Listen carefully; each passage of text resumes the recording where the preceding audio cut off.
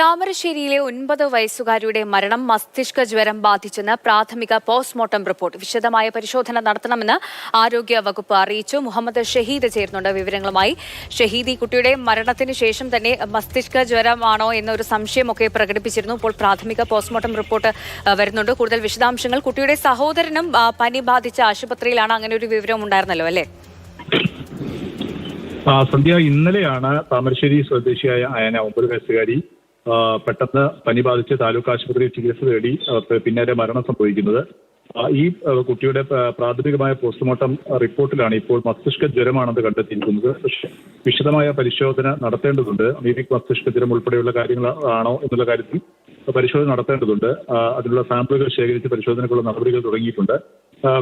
കുട്ടി അടുത്തുള്ള കുളത്തിൽ കുളിച്ചിരുന്നു എന്നുള്ളൊരു വിവരമൊക്കെ ബന്ധുക്കളിൽ നിന്ന് ലഭിക്കുന്നത്. അതുകൊണ്ട് തന്നെയാണ് അത്തരത്തിലുള്ള പരിശോധന നടത്തുന്നത്. പ്രാഥമികമായും കോഴിക്കോട് ഈ മസ്തിഷ്ക ജ്വരമായതിനാൽ നിപ പരിശോധന നടത്തിയിരുന്നു. പക്ഷേ കോഴിക്കോട് വൈറോളജി ലാബിൽ നടത്തിയ പരിശോധനയിൽ നിപ ഫലം നെഗറ്റീവായിരുന്നു. അത്തരം ആശങ്കകളില്ല.